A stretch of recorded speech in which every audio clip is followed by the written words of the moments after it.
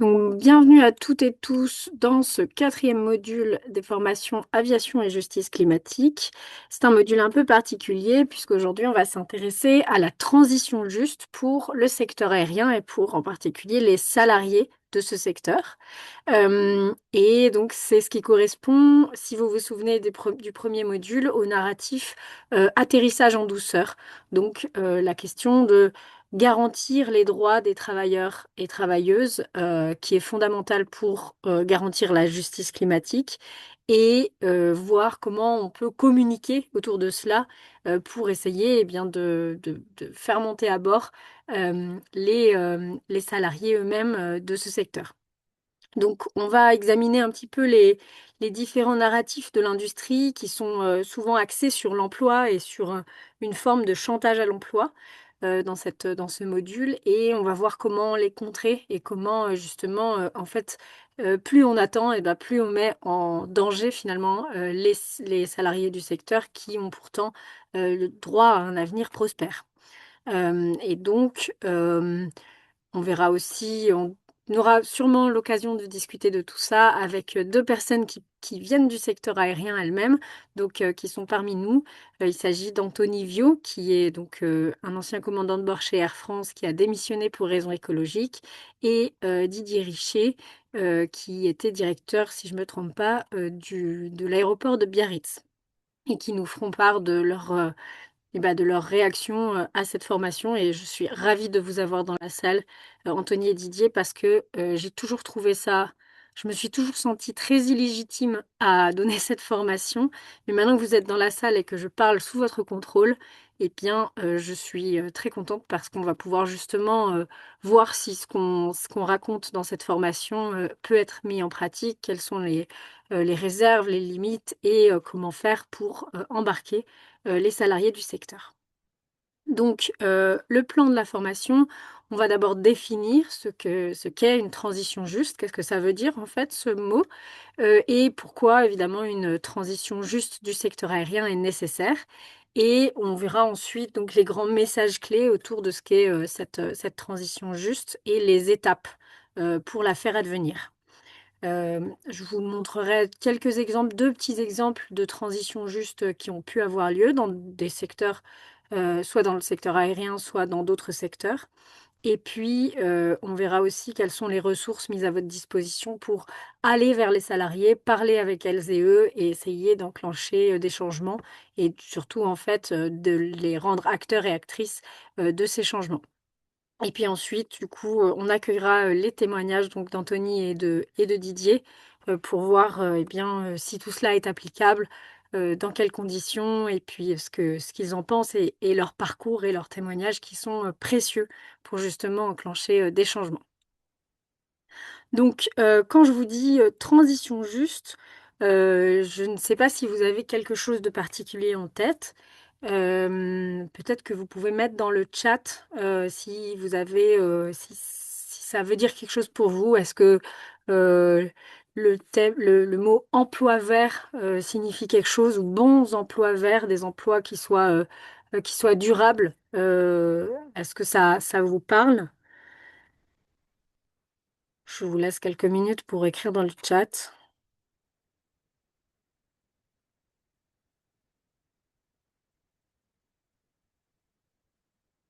Ça vous dit rien du tout. Il n'y a que des emplois tout pourris, tout polluants sur Terre.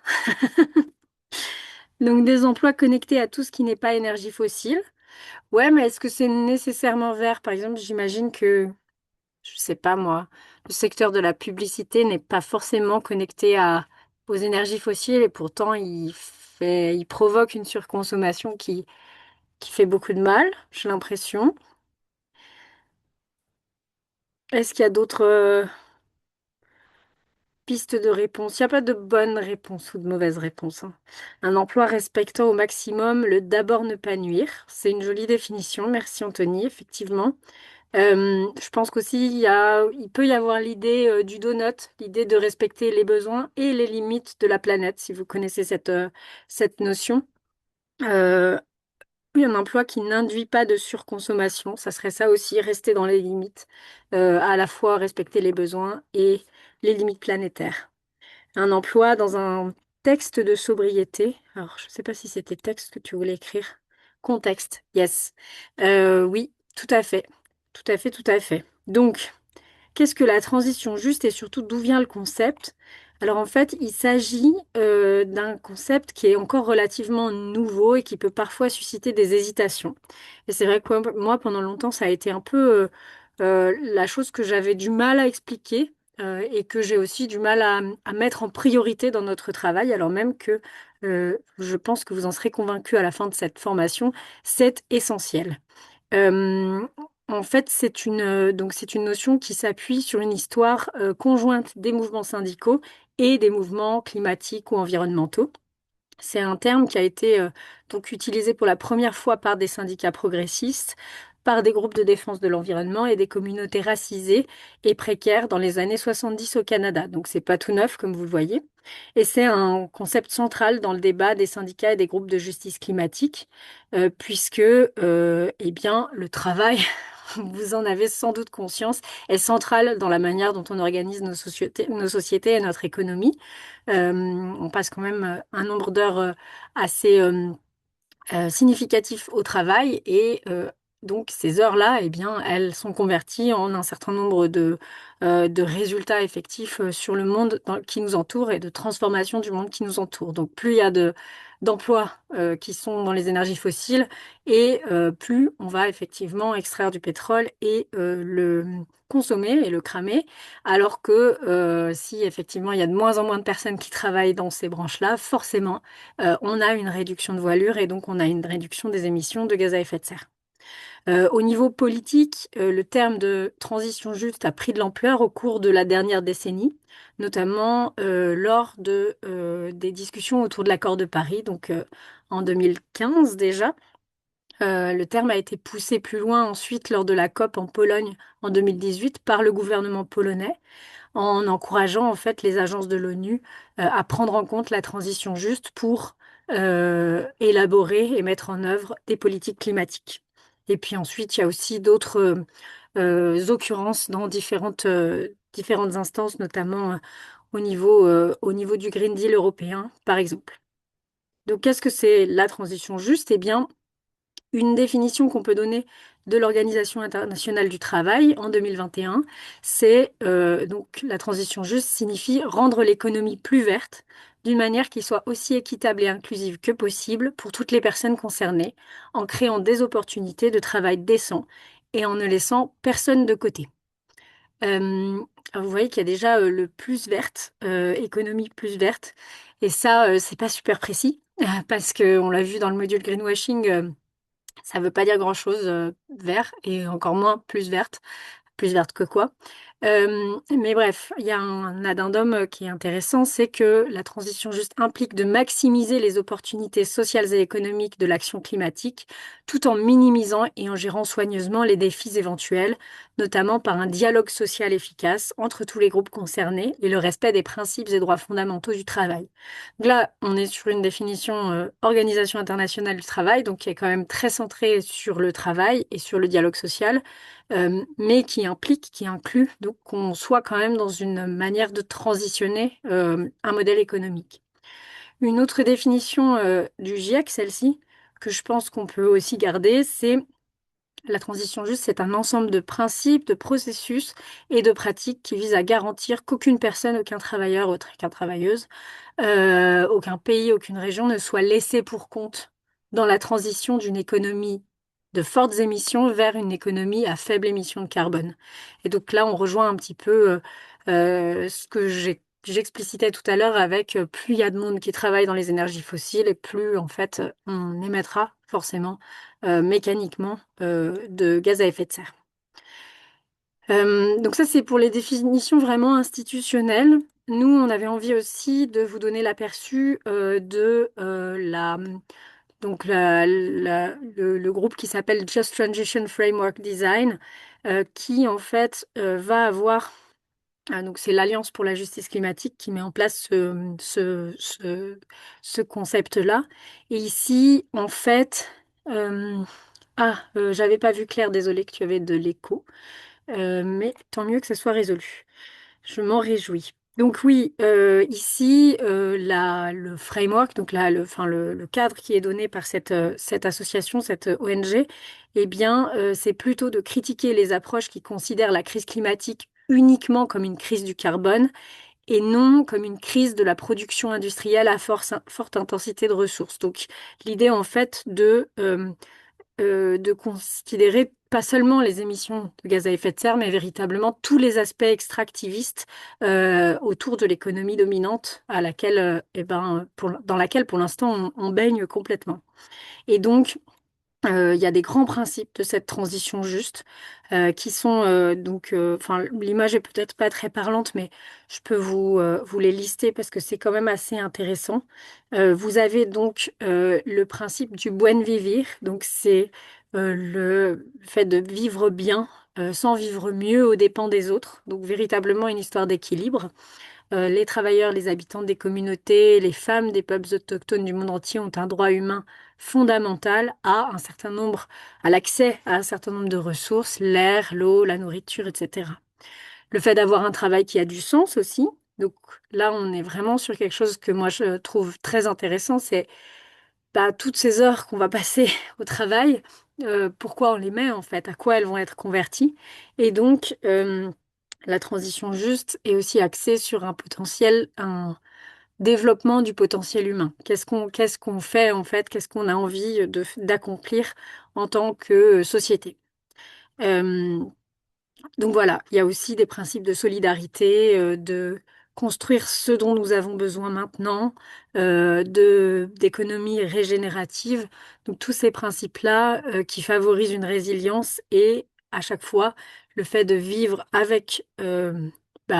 en augmentant le bien-être, mais sans augmenter notre impact et notre emprise sur les différentes ressources qui ne sont pas forcément renouvelables auxquels on a accès.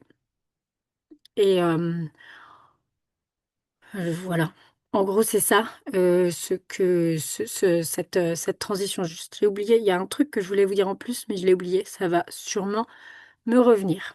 Euh, et cette définition-là de la transition juste, elle nous paraît intéressante à Stay Grounded, à rester sur Terre, parce qu'en fait, elle va de fait exclure les fausses solutions qui, eh bien, finalement, essayent de donner une excuse pour ne pas réduire les émissions, mais aussi pour ne pas changer de système.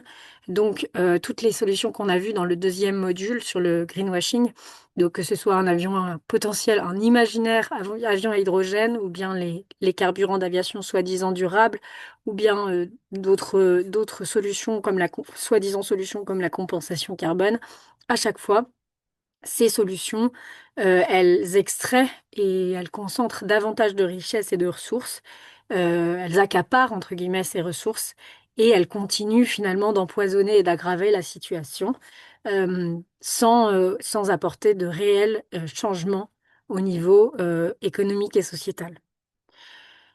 Donc, pour récapituler, les grands principes d'une transition juste, les grands aspects, eh bien, ce serait une transition qui soutient Alors, c'est pas très bien, pardon, c'est pas très bien formulé parce que c'est une traduction de l'anglais, mais globalement, on soutient la réduction de la voilure des secteurs des énergies fossiles et affiliés pour diminuer les émissions, mais aussi, dans le même temps, on protège les employés et les communautés qui dépendent actuellement de ces secteurs.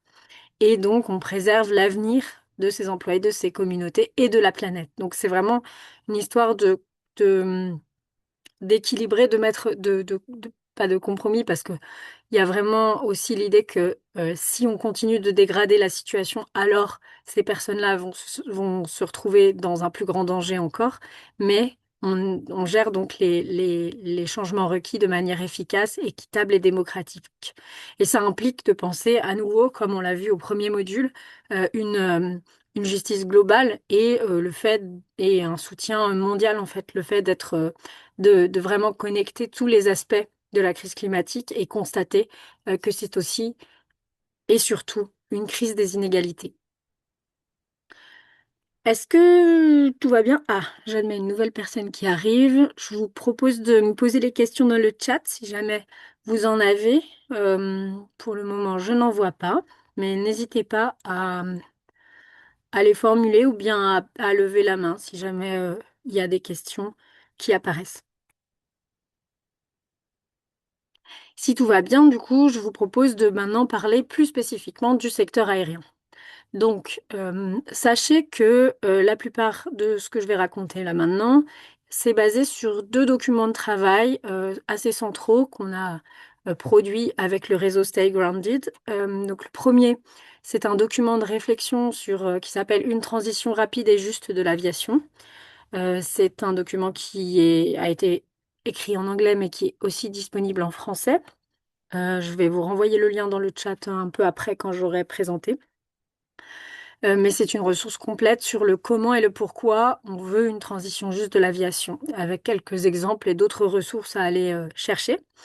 Et c'est vraiment, en fait, ce que je vais raconter là, c'est vraiment lié à ce qui a été fait dans ce document.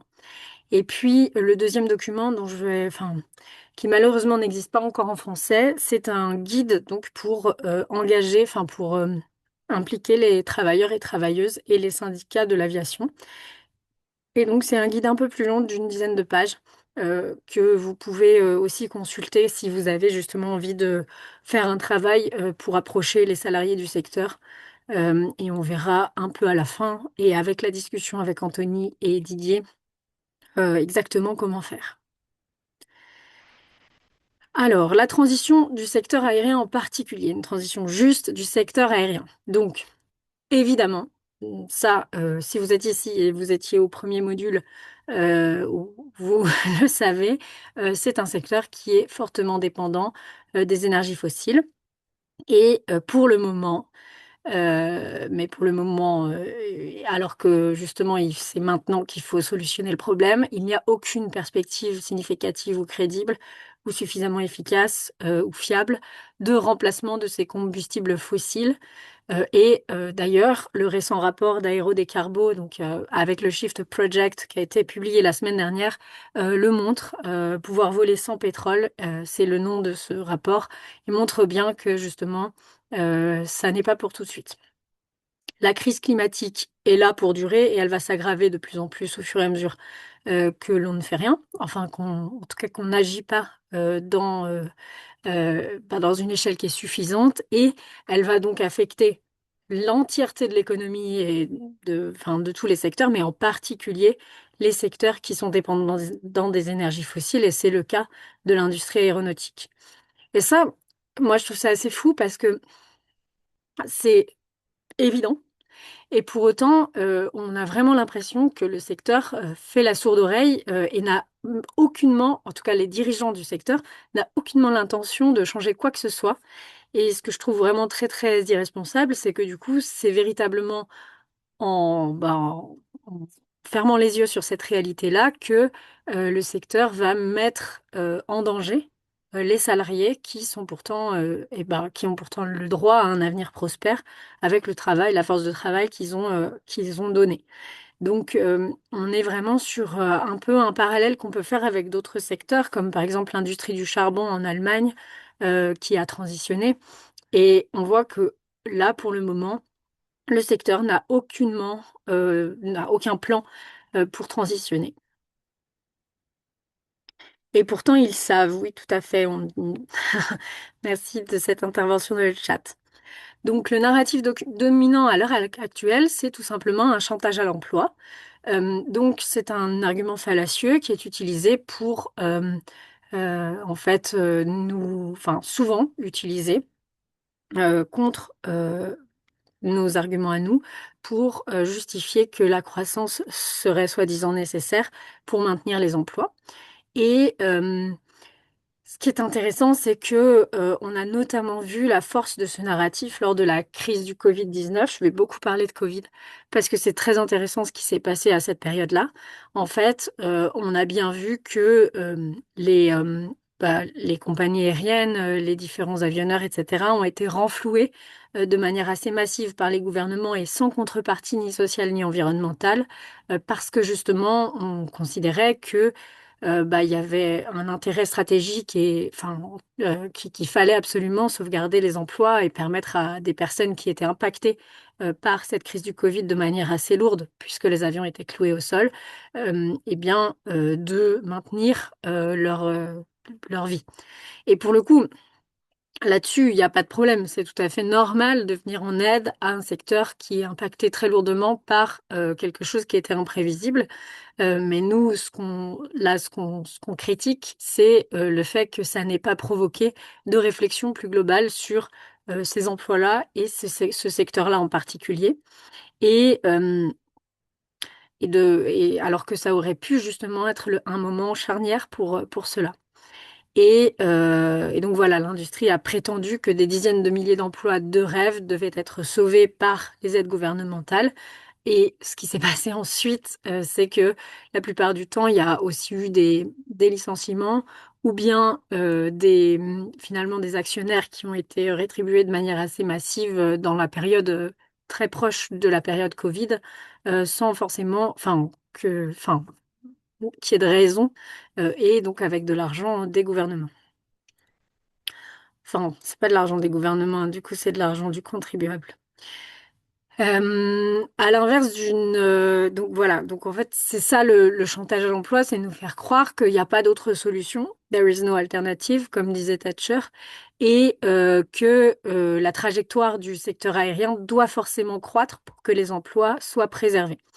Là-dessus, j'ai envie de vous rappeler que justement, au sortir du Covid, il y a un collectif qui s'est monté à Toulouse qui s'appelait Pensons l'aéronautique pour demain et qui avait donc rédigé un rapport qui s'appelle Moins d'avions, plus d'emplois et qui en fait montrait que, en tout cas chez Airbus et dans la chaîne de sous-traitance donc autour de Toulouse, il n'y avait pas nécessairement besoin d'une croissance du trafic aérien pour maintenir le même niveau d'emploi. Donc véritablement, on est là face à une hypocrisie de la part des employeurs et donc avec un narratif dominant de l'industrie aéronautique qui nous est rabâché assez constamment dans les médias et partout en fait, dans la presse spécialisée et sur les plateaux télé, pour nous dire qu'elle crée de la valeur alors qu'en fait, il y a aussi de mauvaises conditions de travail, il y a aussi un certain nombre de réalités qui sont passées sous silence ou sous le tapis, comme aussi la fiscalité de l'aérien qui est hautement favorable à l'avion et pas aux autres modes de transport. Donc voilà.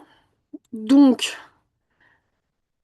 la question maintenant, c'est comment on fait avec cette réalité et comment on fait pour transitionner, donc reconvertir ces emplois dans d'autres choses qui seraient justement plus dans les limites planétaires, plus soutenables, moins énergétiques, moins carbonées. Et ce sur quoi on peut se baser, donc il y a différents rapports hein, qui sont mis en ressources dans le rapport que j'ai cité et dans les sources que je vous enverrai. Mais vous pouvez aller voir notamment le rapport de l'ONG Possible, donc c'est une ONG britannique, qui montre le potentiel de création d'emplois si on réduit la voilure pour le secteur aérien et donc la transition vers divers autres secteurs. Notamment effectivement le rail, mais aussi des choses autour des énergies renouvelables. Et l'objectif de ce rapport, c'est simplement de donner une idée des chiffres possibles sans forcément c'est adapté au contexte britannique, pas au contexte français, mais c'est assez intéressant à aller voir parce qu'effectivement, ça, ça nous permet de nous rendre compte que l'hypocrisie, enfin le chantage à l'emploi en tout cas, n'est pas forcément opérant quand on regarde dans le détail. Euh, En revanche, ce qui est important de dire aussi, c'est que tous ces chiffres-là, ils mesurent aussi une réalité qui est une réalité individuelle, qui est celle d'une personne qui va avoir à cœur son travail Et donc, ça ne dit rien de la manière dont les gens sont affectés par les pertes d'emploi ou par le changement d'emploi ou par une formation pour transitionner vers un autre emploi. Et ça, justement, ça nécessite avant tout que les travailleurs, les salariés du secteur puissent décider pour eux-mêmes et pas qu'on décide à leur place. Euh, et donc, ça nécessite d'enclencher justement un dialogue avec elles et eux. Et ça, c'est encore embryonnaire en France en tout cas. Euh, donc, petite conclusion d'étape. En gros, ce que nous l'on dit, c'est que le secteur aérien va se transformer de manière planifiée ou subie. Subie parce que, eh bien, le fait que le pic pétrolier ait déjà été atteint et que le secteur a besoin d'énormes quantités, enfin, ne peut pas en fait se baser sur d'autres ressources en carburant, eh bien, il va forcément se contracter. Et donc, chaque emploi que l'on crée aujourd'hui, donc quand on forme de nouvelles personnes pour entrer dans ce secteur, eh bien, ce sont des emplois qui sont menacés. Donc, le plus tôt on commence, le mieux c'est pour les personnes et pour la planète, pour pas justement former des gens vers des trajectoires qui ne sont pas soutenables, mais aussi qui ne sont pas sécures pour ces personnes.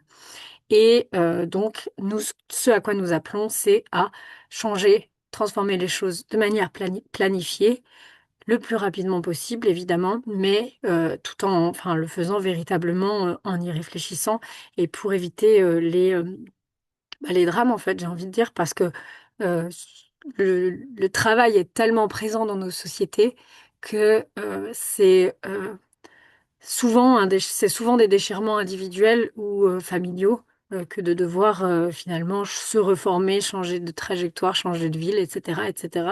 Et c'est pas forcément le récit tout beau, tout propre qu'on peut voir dans les médias parce qu'il y a quelques personnes qui arrivent à bifurquer, à transitionner de manière finalement assez douce. D'autre part, c'est important aussi de noter, et ça c'est quelque chose qu'on a récemment beaucoup euh, souligné à Stay Grounded, que l'aviation et le tourisme ont des liens très très forts et que ils sont, donc je dis qu'on l'a fait très récemment parce qu'on a notamment organisé une conférence internationale à Barcelone cet été, en juillet dernier, qui visait justement à mettre en évidence ces liens et à montrer à quel point finalement le recours à l'avion de manière très très massive, favoriser le tourisme de masse dans un grand nombre de destinations favorites et que donc on avait une surdépendance au tourisme, voire par exemple une impossibilité pour les personnes qui vivent dans ces villes-là de rester sur place parce que le tourisme transformait totalement à la fois l'immobilier, l'urbanisme, etc. et que du coup les loyers augmentent. Enfin, vous avez véritablement des questions de droit à la ville, de droit au logement, qui sont enfin, très très liées à la question de l'aviation. Donc, quelques chiffres pour rappeler ça. 58% des touristes internationaux ont voyagé par avion en 2018. Donc, les 40 autres pourcents se sont déplacés par d'autres moyens, euh, souvent la voiture, le train, mais voilà. Et 80% de tous les passagers de l'UE ont voyagé pour leur loisir. Donc véritablement, on a un boom du voyage de loisirs. Le voyage pour le travail s'est pas mal effondré après le Covid et le voyage familial reste assez stable. Mais c'est véritablement le voyage de loisirs actuellement qui tire vers le haut la totalité des chiffres en matière d'aviation. Et donc, vous voyez que les arrivées internationales ont été multipliées par 58 entre 1950 et 2019, et elles sont encore en augmentation, et véritablement avec le doublement du trafic aérien que l'on nous promet, eh bien, on sera encore plus sur une interconnexion de l'ensemble de la planète, et finalement un tourisme effréné qui touche en particulier certaines régions très très ciblées. Donc, une transition juste de l'aviation signifie aussi une transition juste du tourisme.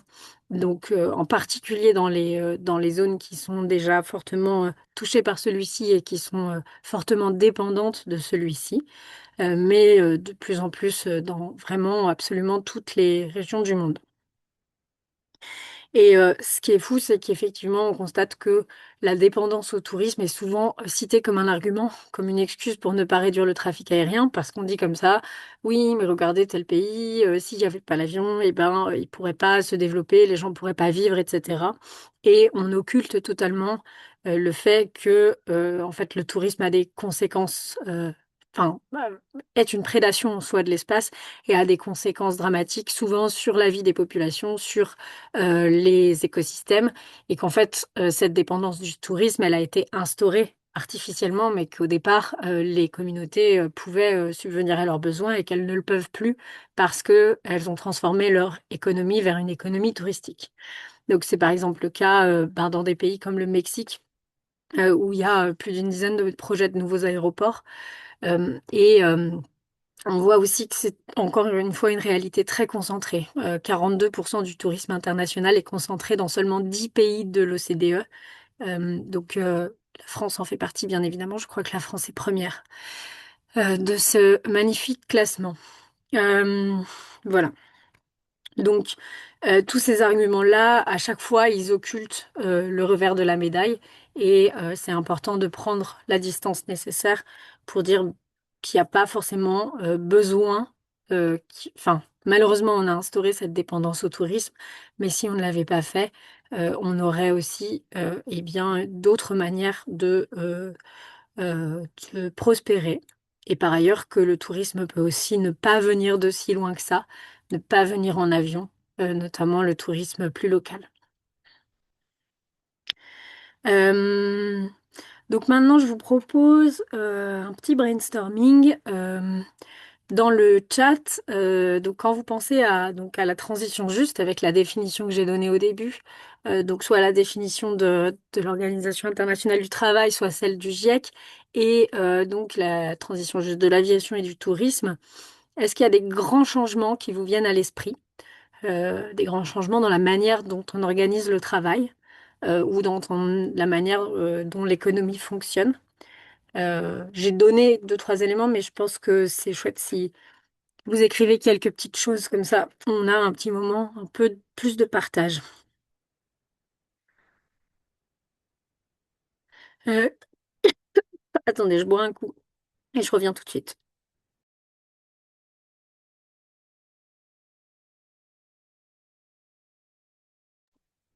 Alors, personne n'a répondu à ma question, mais par contre, vous aviez mis des choses avant que je n'ai pas commentées. Donc oui, effectivement, il y a des guides de montagne en Ariège qui emmènent les touristes au Maroc, au Tibet, etc. Donc voilà, parmi les aberrations. Mais aussi, il y a plus de neige chez nous, donc forcément. 8% des émissions mondiales pour l'ensemble du tourisme, oui, Jean. Après, le problème du tourisme, que c'est très... Ça dépend du périmètre que tu prends, mais a priori, c'est ça. Euh, Donc, le brainstorm, on pense à transition juste de l'aviation et du tourisme. Donc, on nous dit limiter le nombre de vols par personne pour des raisons, j'imagine, de développement d'autres types de transports, diminuer les incitations à voyager en avion, miles, publicité influenceurs, quota pour les vols privés. Ok, là vous répondez réduction du trafic aérien dans sa globalité, mais qu'est-ce que ça implique pour le travail, pour les emplois? Vous n'êtes pas obligé de penser trafic aérien en vrai, je pense. Des plans de reconversion, ouais. On peut imaginer du coup une relocalisation d'un certain nombre de bazars. Euh, et notamment d'un certain nombre de tourismes. Enfin, ça veut rien dire ce que je viens de dire, mais bref. Euh, Plan de reconversion vers le train, tout à fait. Réduction du nombre d'heures pour plus d'emplois, tout à fait. Effectivement, la réduction du temps de travail, c'est quelque chose d'indispensable si on veut une transition de l'ensemble des secteurs et on n'en parle pas suffisamment. Meilleures conditions de travail pour les personnels navigants, ouais. Aide à la mobilité. Alors, je ne sais pas ce que tu veux dire par là, Didier. Si jamais tu peux préciser, c'est super. Mais il va falloir agrandir les gares, nous dit Elisabeth. Hmm, pas sûr. Enfin, le réseau Action Climat avait montré pendant la loi climat, enfin pendant le débat autour de la loi climat et résilience que le nombre de trains là actuellement, enfin c'était du coup en 2021, mais qui circulaient en 2021 était capable d'absorber le trafic aérien si on supprimait les vols faisables en moins de 4 heures en train, donc la demande de la Convention citoyenne pour le climat. Donc c'était assez fou à constater. Il n'y avait pas besoin de plus de trains pour que ça fonctionne. Mais maintenant que le trafic a augmenté, euh, et si on enlève les vols plutôt plus long courriers, oui, il va falloir plus de trains. Un plan étatique style plan quinquennal pour les... Oui, tout à fait. De toute façon, ça, c'est des choses qui se planifient et qui s'organisent avec l'ensemble des acteurs. Et donc, ça se fait pas comme ça au petit bonheur en disant tenez, débrouillez-vous, organisez-vous. Accompagnement de l'État, si attrition du secteur, oui, tout à fait. Parce que les salariés ont droit à un avenir prospère, parce que bah fallait pas les emmener dans cette voie avant alors qu'on savait. Et du coup, Didier aide à la mobilité dans le sens, dans l'hypothèse où tous les travailleurs ne peuvent pas être reclassés sur place. Ah oui, d'accord. Donc effectivement, une aide à la mobilité au sein du secteur. On pourra peut-être en reparler tout à l'heure quand je vous donnerai la parole, Anthony et Didier. Je vous propose maintenant de voir quelles sont, mais merci à toutes et tous, c'est hyper intéressant. On a globalement les grandes idées sur une transition juste. Euh, Vous n'avez pas dit la redistribution des richesses. Ça peut aussi être une solution, effectivement. Comme je le disais au début, on est sur une crise climatique qui est une crise des inégalités aussi, et du coup, la question de comment on répartit les richesses et les inégalités salariales, par exemple, monumentales qu'on connaît aujourd'hui, doivent aussi être pensées dans cette transition juste. Mais tout de suite, je vous invite à me suivre dans les grandes étapes d'une transition juste, avec donc, eh bien, voilà, un petit récapitulatif de tout ce qu'on a pu se dire. Donc, tout d'abord, il faut réduire la taille du secteur, réduire la voilure pour contenir l'élévation de température à 1,5 degré. Ça, c'est l'objectif. On est déjà en train de l'exploser, mais bref. Euh, Mettre fin aux subventions et aux avantages fiscaux pour le secteur. Introduire des taxes sur l'usage intensif de l'avion, donc pour réduire enfin, la voilure là aussi. Réduire le nombre d'aéroports et introduire des droits de décollage ou enfin, des limitations au niveau des créneaux de vol. Et puis reconvertir du coup les usines aéronautiques, enfin les constructeurs, et réutiliser les infrastructures. Euh, Ça, c'est en France assez difficile à porter puisque on a la chance d'avoir un acteur comme Airbus qui est présent en France et qui est très puissant et qui représente à peu près, je pense qu'avec les emplois directs et indirects, il faudra me corriger si je dis des bêtises, mais c'est peut-être 30% de la population de l'agglomération toulousaine qui est concernée par, enfin, qui est de près ou de loin dépendant d'Airbus. Et du coup, bah, c'est pas rien de repenser la reconversion, la réutilisation des infrastructures, parce que justement, en fait, soit on laisse sur le carreau les gens, soit on leur propose de faire autre chose qui est utile pour la transition. Par exemple, des éoliennes. Enfin, je sais pas, mais faire globalement enfin, un fuselage d'avion, ça peut aussi être des compétences qui sont utiles pour plein d'autres choses et pas seulement faire des avions eux-mêmes et reconvertir et redéployer le personnel. L'autre partie des étapes pour la transition, c'est d'arrêter de soutenir le secteur avec l'argent des contribuables, mais de faire des plans de relance qui doivent être directement utilisés pour financer la transition juste et de créer des fonds locaux, nationaux et transnationaux pour la transition juste, donc en s'appuyant sur une mobilisation des parties prenantes. Et par parties prenantes, on entend ben, les compagnies, enfin compagnies, les entreprises du secteur. Donc tout ça, en fait, ça appelle une transformation sociétale globale qui implique de nouveaux modes de déplacement, de travail, de production, d'échange. Euh, Effectivement, ça va tout ensemble. mais je pense que c'est hyper intéressant de le prendre par le prisme du travail lui-même et donc de toucher les syndicats, par exemple, du secteur. Et puis, les étapes pour une transition juste du tourisme, ce qu'on a noté, mais peut-être que ça n'est pas exhaustif, c'est d'abord une priorité à la réduction du tourisme dans les pays du Nord géopolitique, parce que pour le coup, on a plus de ressources, donc on est plus en capacité eh bien, de trouver d'autres ressources que des pays qui ont été rendus artificiellement dépendants à l'industrie touristique dans les pays du Sud global, une diversification du modèle économique et la création d'emplois nouveaux et de meilleure qualité dans le même secteur ou dans des secteurs différents, mais dans enfin, quand on dit secteur, c'est dans la restauration par exemple, mais plus la restauration touristique, mais la restauration pour les locaux. Il y a également la question de la justice à l'échelle globale qui s'invite ici, avec la réparation pour les communautés marginalisées ou dépendantes du tourisme. Et globalement, une réduction de la voilure, là aussi, pour adapter l'industrie touristique à son environnement et non pas l'inverse. Et donc, cesser les destructions qui peuvent être assez massives, notamment dans les pays du Sud global où il y a moins de régulation d'écosystèmes, etc. Et une promotion du tourisme de proximité. Aller moins loin, aller peut-être plus lentement si on va loin, et rester plus longtemps aussi. Voilà, voilà. Et puis il y a la question qui peut être touriste, et ça c'est vraiment intéressant. Peut-être qu'on pourra en discuter à la fin, si ça vous va de garder en tête cette petite question. Ça me semblerait intéressant qu'on se la pose. Est-ce que ça va? Tout le monde va bien? Je regarde l'heure, il est déjà 19h47 et je vous avais promis que ce serait une séance moins dense que la dernière, alors on va aller vite sur la suite pour aller aussi à l'essentiel ensuite et demander aux premiers concernés ce qu'ils en pensent.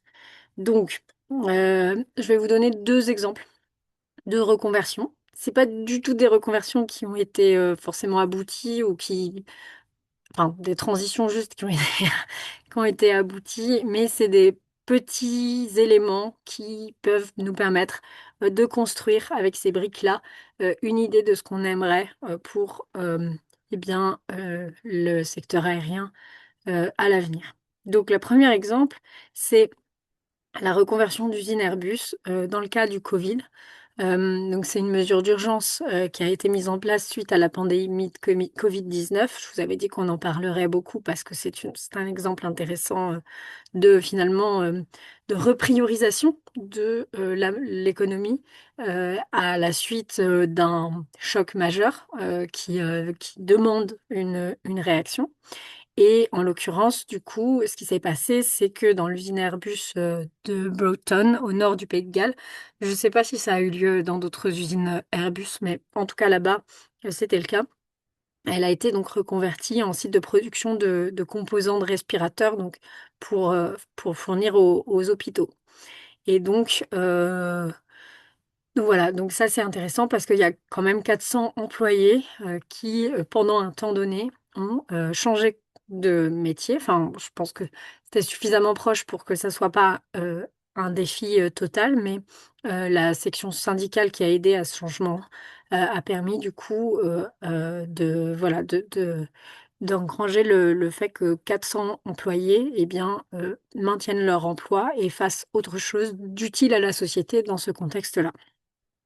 Donc cet exemple, il montre vraiment que pour peu que la volonté politique soit au rendez-vous et que les acteurs se parlent, la transition peut être véritablement hyper rapide, puisque ici, c'est en quelques jours qu'elle a été menée et que cette usine, du coup, s'est mise à produire ces respirateurs.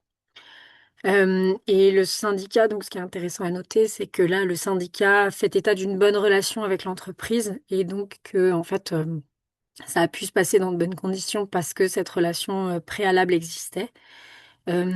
Mais on constate aussi qu'il y a une communication assez exagérément positive qui a été faite autour de ce ventilateur challenge dans les compagnies qui y ont participé et que, enfin, voilà, il y a eu pas mal d'aides gouvernementales qui ont pu être aussi données à ce type de programme.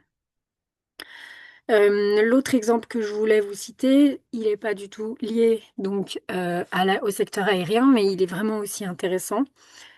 C'est donc les travailleurs et travailleuses du pétrole et du gaz en Écosse, qui donc là c'est vraiment un exemple de transition juste plus traditionnelle.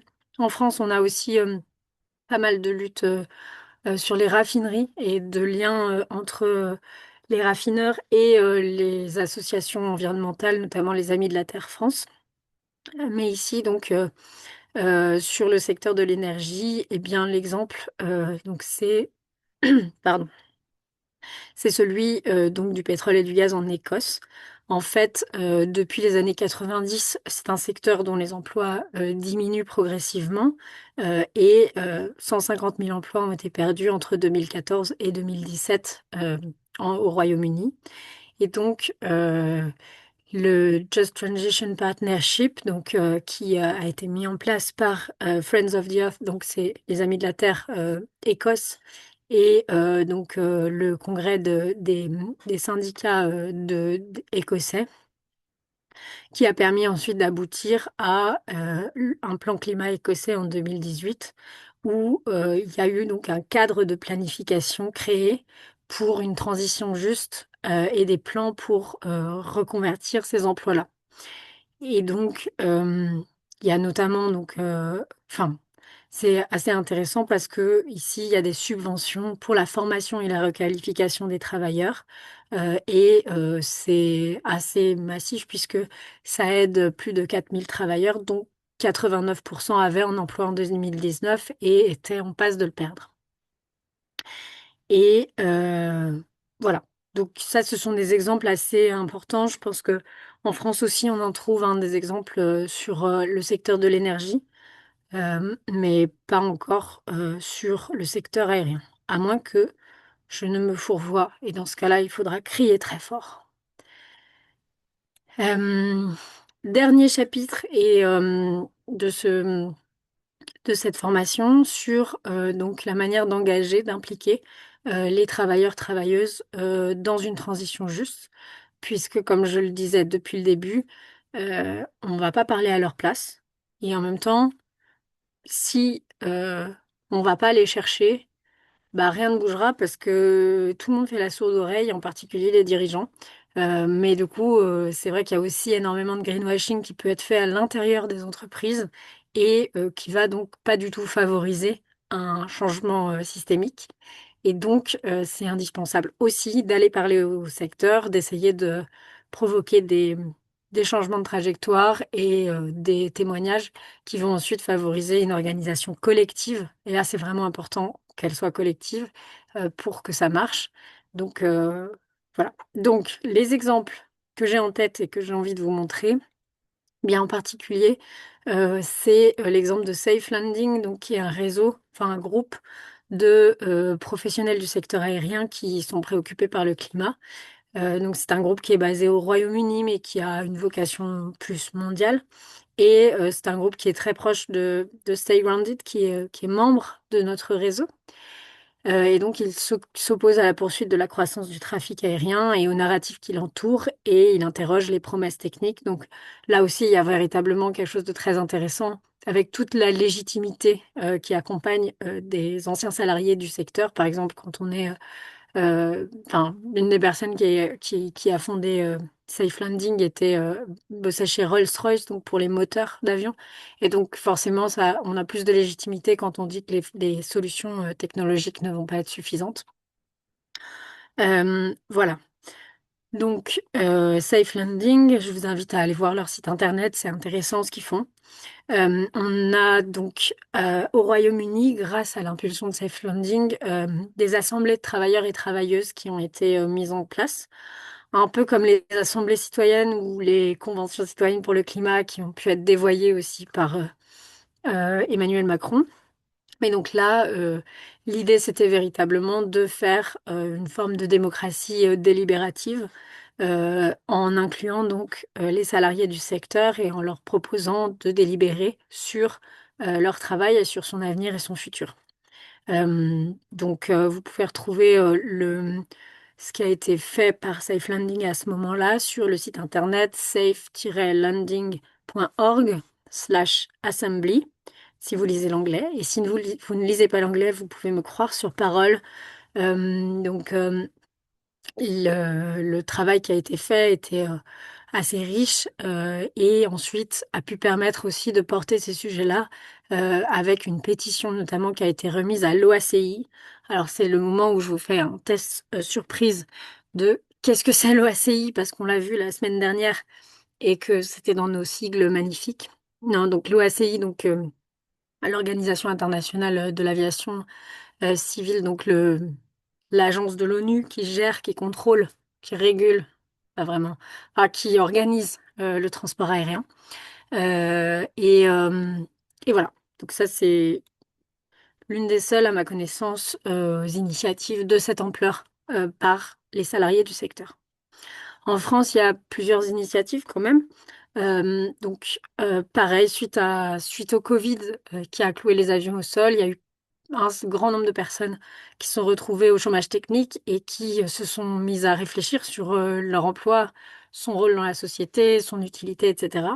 Et il y a notamment plusieurs initiatives qui se sont formées euh, dans la région toulousaine. Notamment le collectif des collectifs de scientifiques comme la Técopole, mais aussi des collectifs mixtes avec des riveraines d'aéroports, avec des ONG, avec des des salariés du secteur ou anciens salariés du secteur qui voulaient réfléchir à leur avenir. Donc c'est notamment le groupe Pensons l'aéronautique pour demain.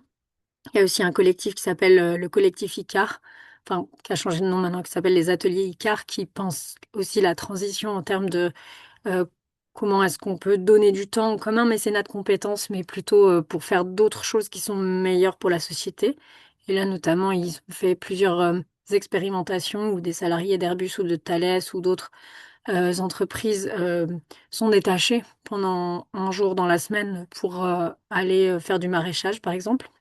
Et puis il y a donc Aérodécarbo que vous connaissez, en particulier avec le deuxième rapport donc d'Aérodécarbo et du Shift Project qui a été publié la semaine dernière sur les SAF, sachant que le premier rapport aussi avait fait beaucoup de bruit. Il s'appelait Pouvoir voler en 2050, quelle aviation dans un monde contraint, et il esquissait déjà, non, il montrait carrément que hors de la réduction du trafic aérien, il n'y avait pas beaucoup de salut. Euh, voilà. Donc toutes ces initiatives-là, elles ont des sites internet ou des blogs. C'est intéressant aussi d'aller voir ce qu'elles ont fait. Malheureusement, c'est vrai que à l'heure actuelle, c'est très difficile d'obtenir des remous dans le secteur aérien parce que c'est un secteur qui est très, je sais pas moi, qui est quand même. Enfin, Anthony et Didier nous diront pourquoi c'est si difficile de faire en sorte qu'il y ait un mouvement plus massif de désertion ou de remise en question en tout cas. Euh, voilà. Alors, qu'est-ce que je fais avec cette slide? Bah, je fais rien. Je pense que c'est normalement un petit jeu pour vous faire participer, mais je me dis que ça peut être peut-être plus intéressant de passer à la suite. Jean me demande si ces initiatives ont eu un écho favorable dans les fédérations syndicales. Bah, pas toujours. Ça dépend. Effectivement, il y a des syndicats qui sont plutôt, qui voient d'un bon œil ces revendications-là, mais qui n'ont pas forcément le temps ou l'énergie de les faire valoir au quotidien, parce qu'il y a aussi en fait des questions de préservation d'emploi à très court terme qui occupent leur journée. Donc voilà. Donc effectivement, ça dépend des syndicats. On, on est encore dans un monde où les syndicats sont malheureusement, enfin, pas tous en même, euh, sont basés, comment dire, ont une vision très productiviste des choses et donc réduire la voilure, le concept même de transition juste finalement, c'est pas forcément quelque chose qui voit d'un très bon œil. Alors que malheureusement, c'est ce qu'il faut faire pour respecter les limites planétaires. Voilà. Non, il y en a d'autres, hein, genre, ça dépend les sections. En fait, ouais, il y a plusieurs sections syndicales qui, en fonction de la branche professionnelle, vont pas avoir les mêmes positions. Donc, ouais, pas que solidaire. Mais effectivement, solidaire va avoir plus cette casquette-là en général.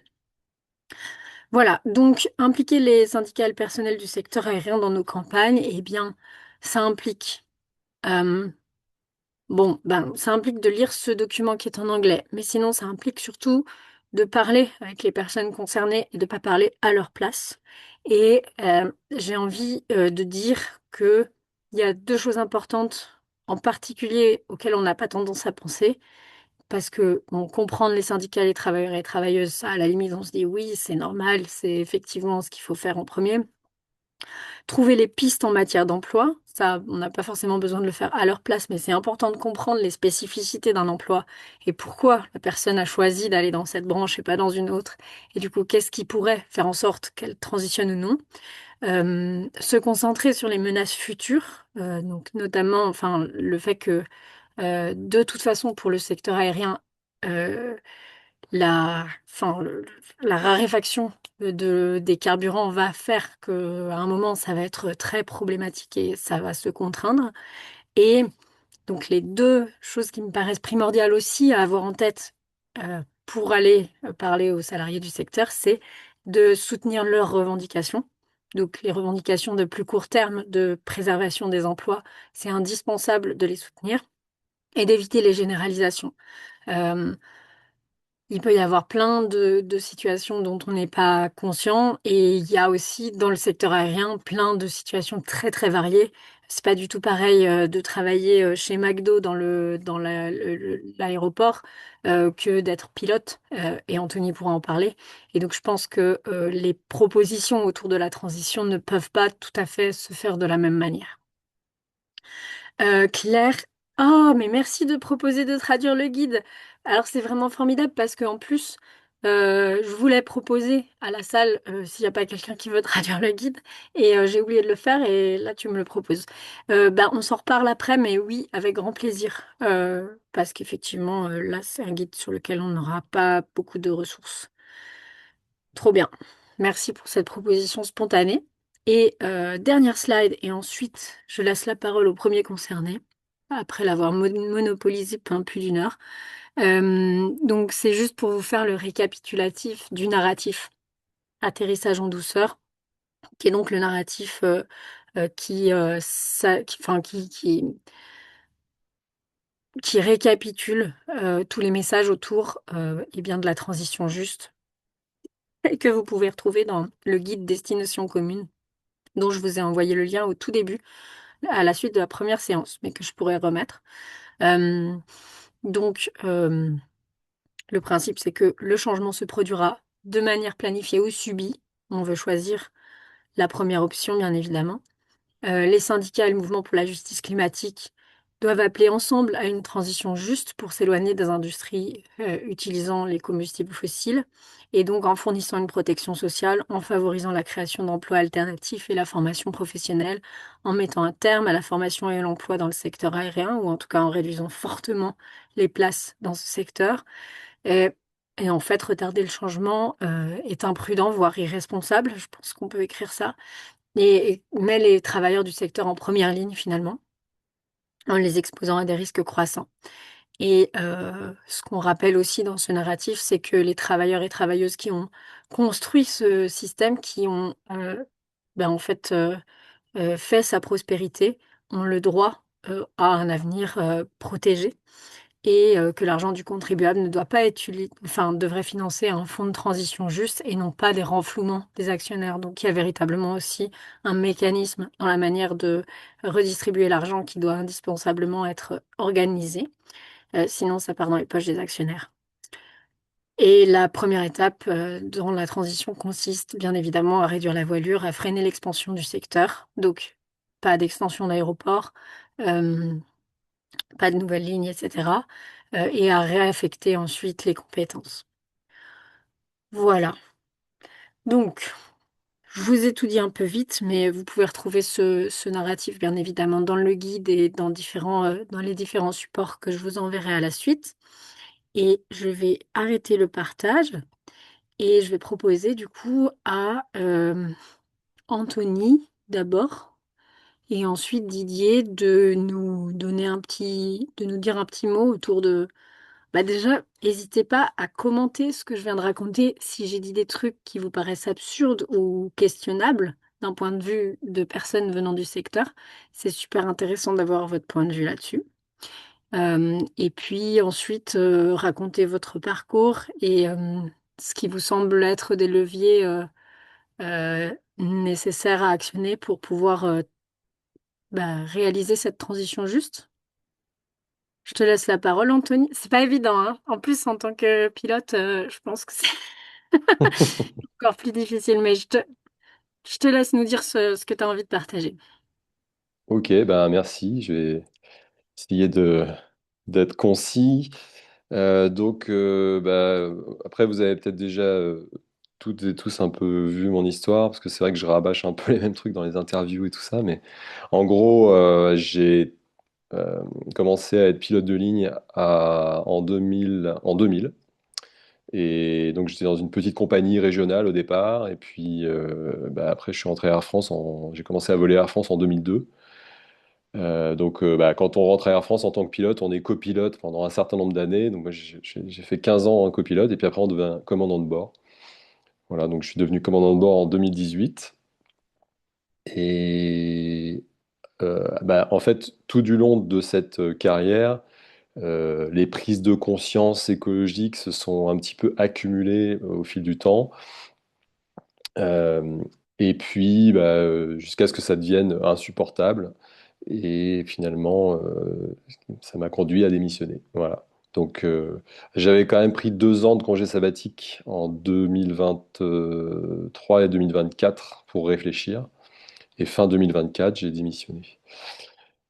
Donc, peut-être ce que je peux dire, c'est que alors, le métier de pilote de ligne, c'est un métier très particulier dans le sens où c'est un métier passion. Donc, c'est un petit peu, ça peut être comparable à, par exemple, des sportifs de haut niveau. Vous voyez, si vous dites à un sportif de haut niveau, faut arrêter ton job parce que ça pollue, c'est compliqué. Et les pilotes de ligne, c'est exactement ça. C'est des gens qui ont en tout cas, de ce que j'ai pu voir, et c'est le cas pour moi, qui volent depuis très longtemps.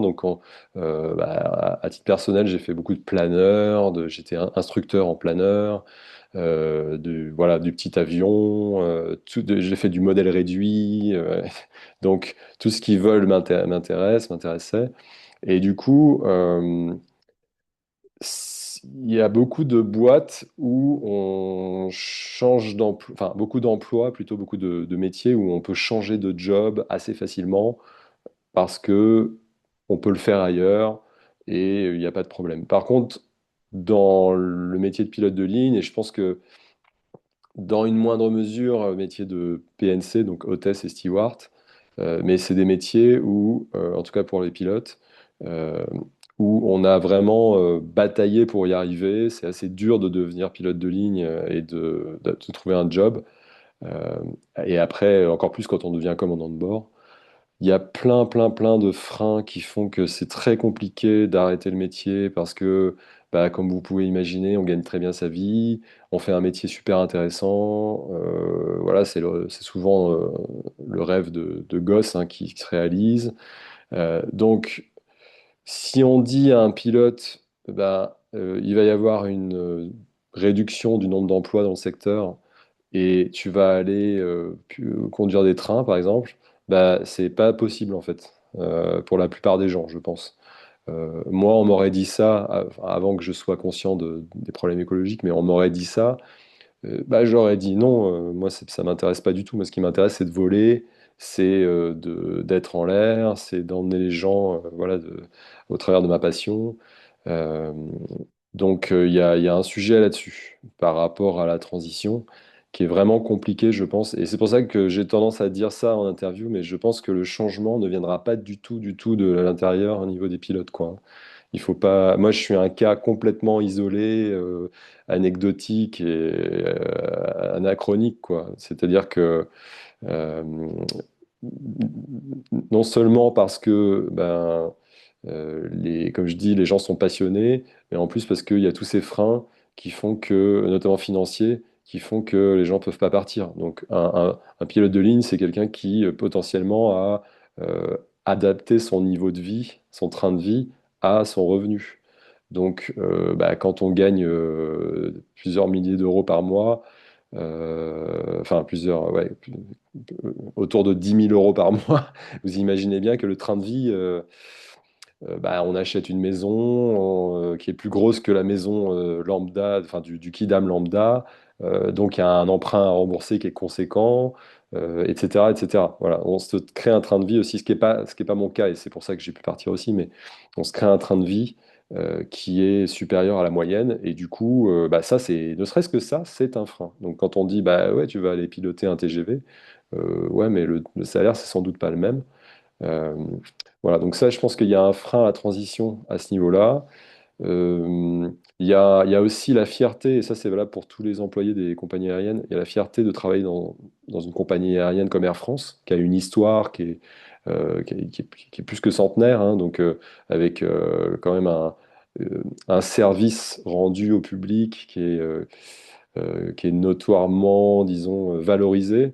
Et puis il y a le drapeau français quand même sur la queue de l'avion. Donc il y a une certaine fierté, il y a l'uniforme. euh, et ça, je sais que c'est très présent chez les PNC également. Euh, on regarde un petit, à Air France, on regarde un petit peu les employés des compagnies low cost de haut, c'est-à-dire en disant, bah, nous, on est quand même la compagnie nationale, vous voyez. Donc, bon, ça, c'est un frein au départ également, ou à la transition. Il y a le fait que on soit pas finalement conscient des impacts. C'est-à-dire que moi, je le suis maintenant parce que je me suis vraiment beaucoup documenté et je me suis intéressé au sujet. Mais la plupart des gens, je pense, sont dans un déni qui est lié au manque pas d'information, parce que tout le monde est un peu au courant maintenant de ce qui se passe, le climat et tout, mais de manque de faire le lien entre son activité professionnelle et les impacts. Vous voyez, ça paraît. En fait, ça, je pense que c'est tout simplement un biais cognitif qui fait que on ne veut pas s'avouer qu'on fait partie du problème. Ça peut être valable dans tous les domaines hein, d'activité, mais je pense que c'est assez fort dans l'aviation. Il y a le fait que quand on est navigant, on ne voit pas vraiment l'impact direct de ce qu'on fait. C'est-à-dire que j'imagine que quelqu'un qui bosse dans une centrale à charbon, bah, il voit la fumée noire qui s'échappe des cheminées, donc il se rend bien compte que ce qu'il fait, c'est pas top. En revanche, quand on est dans un avion de ligne, on est une bulle, dans un cocon, et on ne se rend pas vraiment compte de l'impact. Donc, même au niveau des pilotes, hein, c'est comme je dis souvent, bah, nous, on a des écrans devant nous, on voit la consommation du carburant, c'est une aiguille qui fait ça, et puis c'est tout quoi.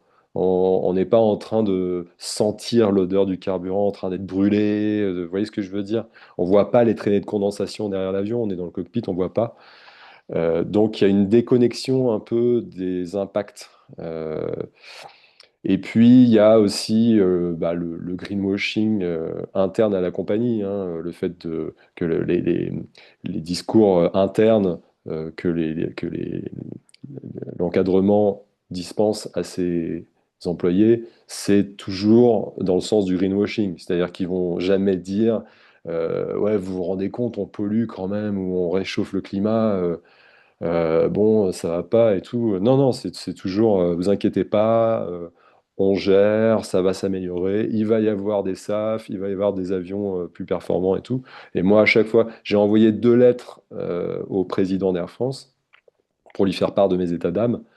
Bah, à chaque fois, enfin, la première fois, la réponse, ça a été ne t'inquiète pas, on est conscient de tout ça. Et puis d'ailleurs, tu le sais bien, puisque tu fais de l'écopilotage tous les jours, donc tu sais bien que toi-même, tu fais ce qu'il faut. Donc voilà, il y a toujours cette notion d'atténuer euh, les vrais impacts et de ne pas trop en parler. Euh, on parlait des syndicats juste avant. Ce qu'il faut savoir, c'est que les syndicats de pilotes, PNC, c'est pareil, je pense, mais c'est des syndicats très corporatistes. C'est-à-dire, c'est pas du tout politique. C'est uniquement des syndicats qui sont là pour la défense de l'emploi et le bien-être de la corporation, les salaires, etc. Donc, dans le fameux débat fin du monde, fin du mois, c'est toujours fin du mois qui prime, parce que c'est l'emploi avant tout. Voilà, alors on peut dire oui, mais si le secteur, c'est mon discours un peu de dire le secteur va scier la branche sur laquelle il est assis s'il n'agit pas suffisamment tôt, eh bien en fait ce discours-là, il n'a pas trop cours hein, enfin en tout cas à Air France. Euh, voilà, les syndicats vont parler de ça un petit peu en termes de technique par rapport aux avions, par rapport à la technologie. Mais ils vont plus, enfin, de ce que j'ai pu vivre, hein, ils vont plutôt pousser dans le sens d'une transition technologique, quoi. Un peu comme IATA, comme OACI, comme tous ces organismes-là. Voilà. Je ne sais pas si vous avez des questions, si quelqu'un veut me poser une question sur le truc vu de l'intérieur, quoi. Je sais pas si j'ai répondu un petit peu déjà Merci au Anthony. sujet. Non, bah non, t'as tout refermé les potentialités là. Moi, je pensais que tu étais le premier d'une longue série et pas juste, et juste une unique personne. Alors, non, alors effectivement, en fait, je vous dis la vérité, hein, parce qu'il faut l'entendre aussi. Euh, voilà, bah, ça fait un an que j'ai démissionné, un peu plus d'un an. J'ai pas du tout entendu parler d'autres personnes qui allaient, voilà, étaient sur la même voie que moi. J'ai reçu plein de messages hein, quand j'ai démissionné sur LinkedIn, voilà, sur des gens qui me disaient, bah, je suis pilote aussi, ça me pose question. Bon, ben, je peux pas partir parce que j'ai un crédit de 150 000 euros, parce que j'ai des enfants à nourrir, parce que bon, on va bien. En fait, ce qu'il faut comprendre, c'est que c'est mon point de vue ça, hein, mais les dirigeants des compagnies aériennes, je pense, ils sont dans le déni, mais c'est pas des gens maléfiques. C'est juste qu'ils sont persuadés qu'il va y avoir des solutions techniques et technologiques de trouver quoi. Ils sont persuadés de ça. Et comme bah, je pense qu'ils vont aller jusqu'au bout dans cette voie-là, jusqu'à l'effondrement quasiment, euh, jusqu'à la dernière minute, vu que ça les arrange par rapport à leur business, ils vont aller jusqu'au bout de la voie du côté technologique, quoi. Et donc même s'il y a des rapports comme celui de Aérodécarbo, Ship Project, même s'il y a des journaux scientifiques à comité de lecture comme Nature, même s'il y a l'ADEME, même s'il y a l'Académie de l'air et de l'espace, qui disent attention, qui tirent la sonnette d'alarme depuis des années en disant il va falloir faire quand même quelque chose, là, envisager autre chose, parce que là, un plan B, quoi. Parce que là, on va à la catastrophe. Les dirigeants, et ça je le sais de sources sûres aussi, les dirigeants en tout cas d'Air France, c'est pas du tout ça qu'ils pensent, quoi. C'est on va trouver des solutions, l'industrie va trouver des solutions, il va y avoir des SAF. euh, il y a une espèce de déni vraiment parce qu'ils veulent continuer leur business. Ils veulent continuer à faire croître l'entreprise. Et d'ailleurs, le patron de Ben Smith, le patron d'Air France qui s'appelle Ben Smith, qui est un Canadien, lui, il a été mis là pour ça. Et comme tous les patrons des grandes entreprises, hein, si on parle de ce que je dis là, ça peut complètement s'appliquer, je pense, à plein d'autres entreprises, Total et compagnie. C'est des gens qui pensent vraiment on va trouver des solutions techniques. Et c'est triste, mais c'est comme ça, quoi. Donc je pense il y a un gros travail de fond à faire euh, pour les en dissuader, mais ça va être très compliqué. Et bon, moi personnellement, je suis pas très optimiste, hein.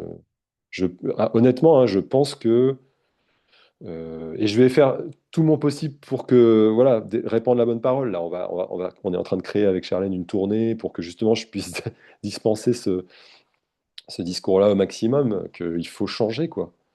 Mais c'est très compliqué. Voilà, ça va être très compliqué. Merci Anthony pour ces paroles très sincères. Je propose de passer la parole à Didier et ensuite peut-être on prendra une tournée de questions de l'ensemble du groupe parce que ça peut éventuellement être intéressant et provoquer d'autres discussions connexes. Didier, c'est Ok, à toi. ça marche. Merci. Et merci Anthony, parce que la fin de ta présentation va permettre de faire une transition et de confirmer tout à fait ce que tu dis dans un autre domaine qui est celui des grands dirigeants d'aéroports, des grosses sociétés qui aujourd'hui sont à la tête des aéroports, hein. Je pense à l'aéroport de Paris, je pense à Lyon, je pense à Marseille, je pense à Toulouse. On a à côté gros groupes type FH, Vinci et compagnie. Et je connais pas mal certains d'entre eux, de ces patrons de sociétés, qui sont tous aussi convaincus, comme vient de le dire Anthony, que les solutions techniques arrivent et on peut se fier à ça pour notre avenir. Alors, je dirais s'il y avait que encore, ce serait moyennement inquiétant, mais ce qui semble se dessiner, hein, de ce que je vois dans les échanges auxquels j'arrive encore à avoir accès dans une certaine mesure entre personnel, différentes strates des aéroports, c'est que quelque part, cette, cette idée forte que les solutions techniques arrivent, et finalement, ça ruisselle. Tout ne ruisselle pas, mais ça ruisselle par contre. C'est-à-dire que l'encadrement intermédiaire, et puis voir jusqu'au quelquefois personnel de base, qui pour lui, pour lui et pour ce personnel de base, pourrait être inquiet pour son avenir, plus que d'autres d'ailleurs peut-être. Mais il est rassuré finalement parce que ces grands patrons pensent qu'ils disent que les solutions techniques vont se présenter. Donc là, je suis pas beaucoup plus optimiste sur ce plan-là, en tout cas, par rapport à ce que vient de dire Anthony. Moi, je vais vous parler de moi, mais très rapidement, pour vous dire que moi, je ne suis pas un perdreau de l'année en matière aéronautique, puisque j'ai commencé ma carrière en 1979 hein, dans les constructions aéronautiques. Et que, alors, ça ne va pas parler à ceux qui ont moins de 40 ans, mais 1979, c'est l'année de certification du Concorde aux États-Unis.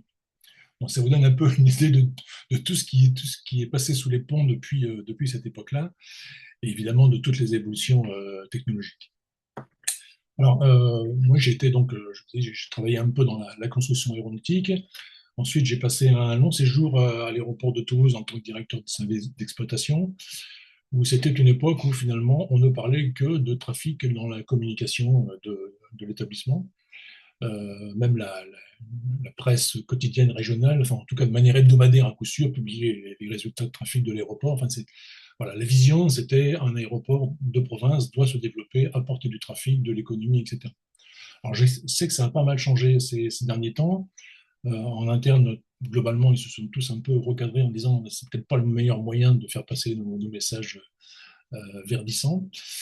Mais entre-temps, donc moi j'ai eu la chance de quitter l'aéroport de Toulouse. Alors, je dis que c'est une chance parce que je me suis retrouvé finalement dans un petit aéroport beaucoup plus sympathique de mon point de vue, bien évidemment, qui s'appelle l'aéroport de Biarritz. Alors plus sympathique à tout point de vue, y compris sur la localisation géographique. Mais surtout, et c'est toute la différence, et c'est pour ça aussi que ce recrutement qui m'a donné l'opportunité de m'exprimer à Biarritz, enfin, c'était quelque chose qui me convenait réellement. Pourquoi? Parce que cet aéroport était géré par une collectivité locale, en l'occurrence un syndicat mixte, c'est-à-dire qu'il n'y avait pas d'enjeu de rémunération de capitaux, il n'y avait pas d'enjeu de rentabilité à tout prix. Et l'objectif du président de l'époque, c'était voilà, l'aéroport est au service du territoire, et c'est nous, les politiques, qui allons, en gros, vous donner les orientations politiques, à vous de mettre en place ensuite la stratégie. Ça n'existe pas plus nulle part ailleurs, ce genre de choses, ou pas beaucoup. Hein. Partout, c'est business, business, business. Voilà. Et donc, je me suis retrouvé pas mal dans ce projet, ce qui m'a permis finalement de tenir un certain nombre d'années, même si entre-temps, j'avais, comme Anthony, comme vous autres, consulté des lectures, des documentaires, lu, lu le rapport Meadows. Il ne parlait pas de climat, mais peu importe, hein, ça parlait des ressources. Et donc, voilà, il y a eu une prise de conscience me concernant, et donc, autour des années 2010 à peu près, j'ai senti que ça serait compliqué pour moi de continuer, mais finalement, j'ai réussi à tenir parce que le contexte, justement, moins financier que sur d'autres grosses structures, m'a permis d'aller un petit peu plus loin. Sur la question du personnel et de sa perception, on va dire, des enjeux, et puis également de sa capacité éventuellement à s'impliquer. J'avoue que je vais vous raconter l'anecdote. Quand j'ai quitté l'aéroport, quelques mois après, bon, j'avais suivi entre-temps la formation sur la fresque du climat, et je me suis payé le culot d'aller voir mon successeur et de lui dire, si tu veux, je t'ai fait une animation gratuite pour ton personnel sur la fresque du climat. C'était un de mes adjoints donc, précédemment, donc je pouvais lui parler librement. Alors, il m'a dit oui pendant des mois, tant et si bien qu'il ne m'a jamais répondu officiellement. Et donc, j'ai pris l'initiative de contacter directement, parce que j'avais leurs coordonnées personnelles, des collaborateurs, dont 5 collaborateurs, et je les ai invités chez moi pour suivre une fresque du climat. Résultat, en fin de séance, des gens, comment dire, je ne vais pas dire convaincus, c'est pas ça, mais en tout cas, qui étaient devenus conscients de la chose, qui avaient compris les mécanismes, etc. Et je m'étais dit, ça ne changera pas la face du transport aérien, mais en tout cas, si je peux avoir tenté un petit quelque chose et l'avoir réussi, tant mieux. Et puis, bilan, aucune suite, rien du tout, ni individuellement, ni collectivement. Ça n'a pas fait tache d'huile auprès de qui que ce soit. Donc là, je me suis dit une chose, finalement, il y a un obstacle finalement, qui a été dit tout à l'heure par Anthony, mais qui a été dit aussi dans ta présentation, Charlène, c'est d'abord, aujourd'hui, tout le monde a une contrainte économique. Si on n'a pas un plan pour savoir vers quoi on va, donc quel est le futur possible de la transition, c'est assez difficile pour chacun de s'y projeter. Ensuite, et même si on n'est pas commandant de bord, je comprends pour les commandants de bord, mais pour l'ensemble du personnel, il y a une forme d'état de corporation euh, qui est très très fort. Et j'ai eu la chance d'être sur une petite structure, hein, donc à Biarritz, avec un esprit de famille et une solidarité et une collaboration entre personnels qui était extraordinaire. Et chaque avion était une petite aventure, chaque avion qu'on traitait en escale était une petite aventure.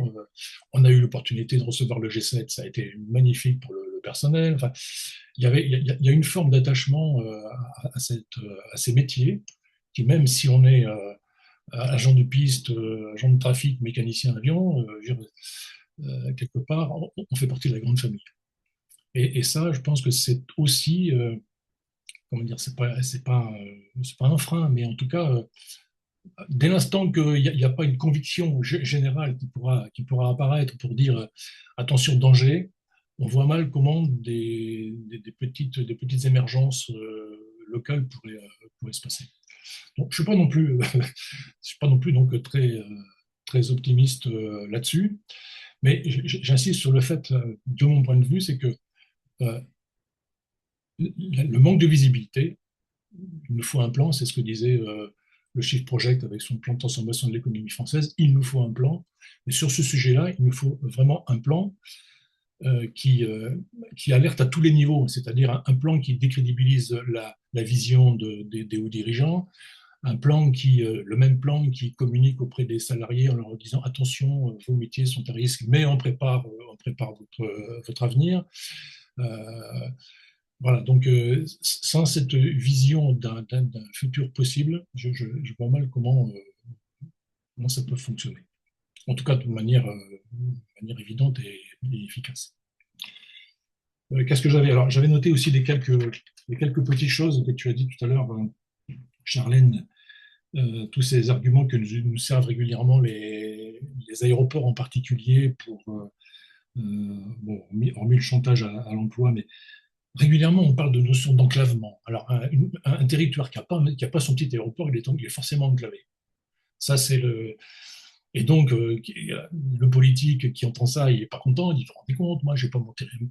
Et puis, on finit par avoir sur le territoire français un tas de petits aéroports qui sont finalement des danseuses, hein, dans certains cas, danseuses de politique.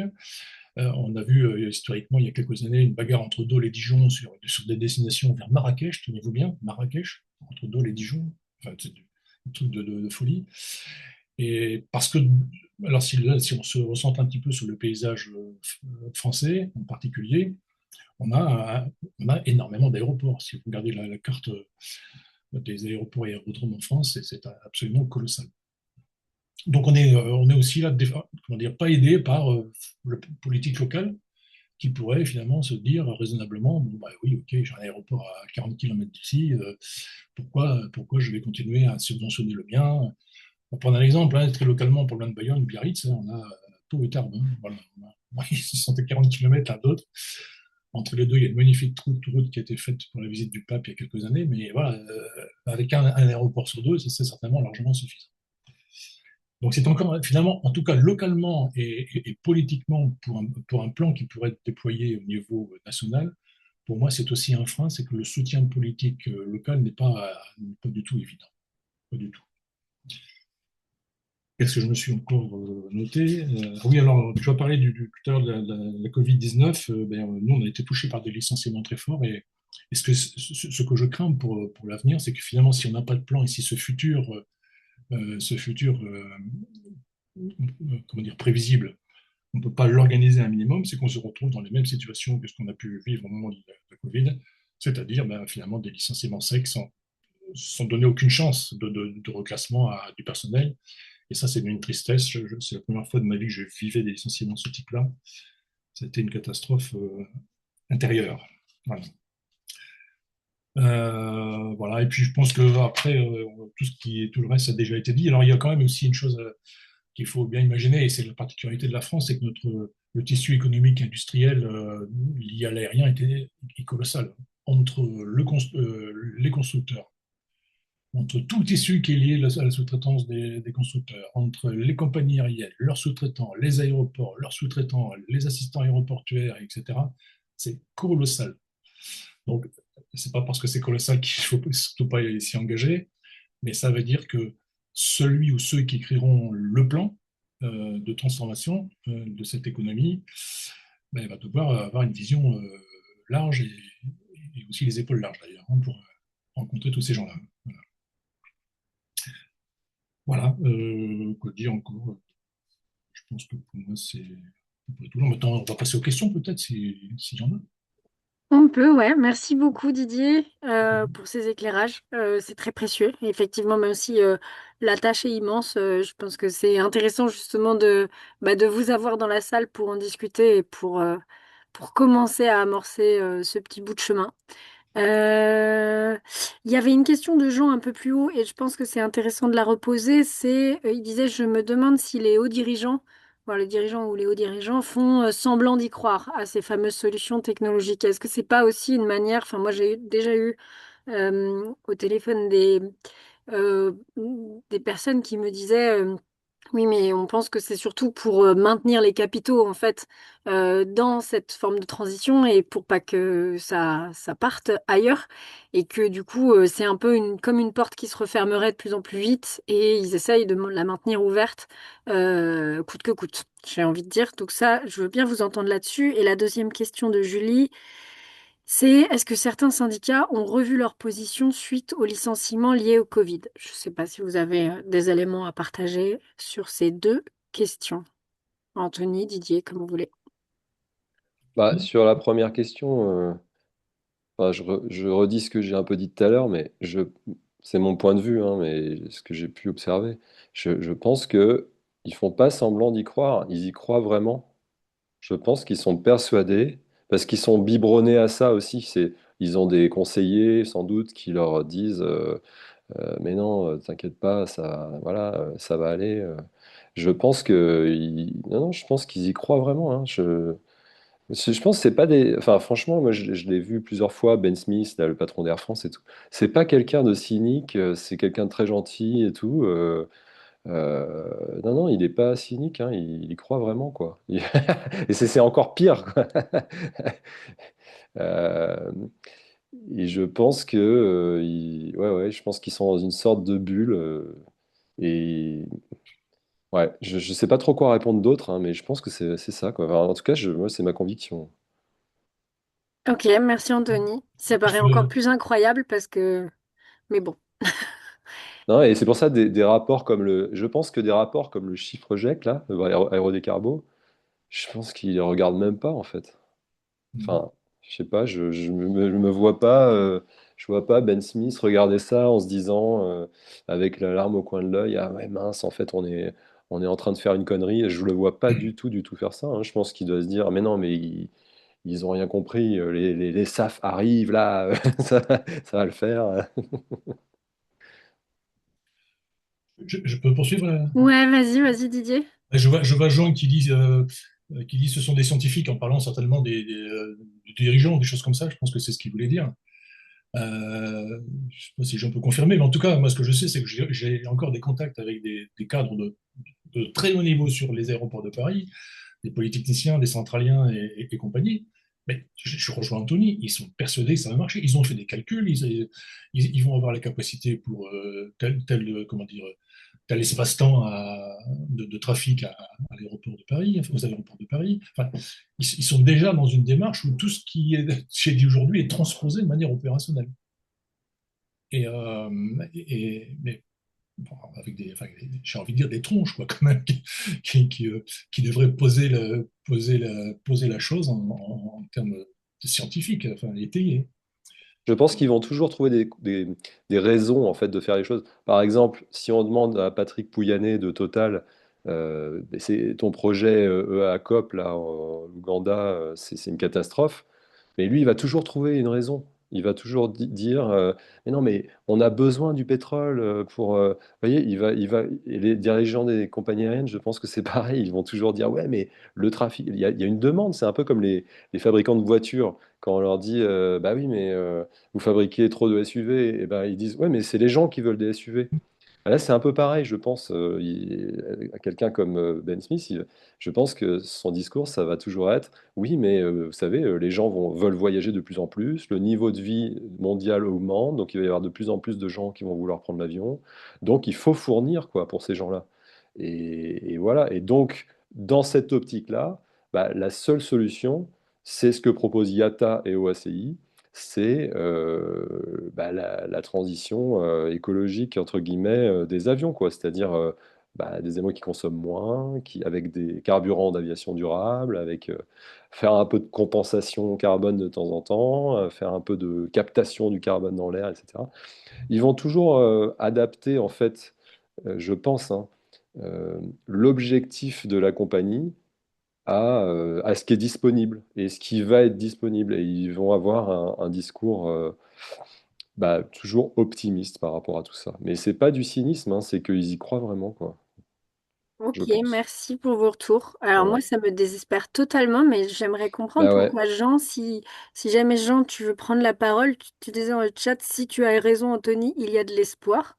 Genre parce que du coup, ils sont pas cyniques, donc on peut les dématrixer en quelque sorte, ou enfin, parce que moi, ça me Il faut désole. mieux avoir, Vas-y, Jean.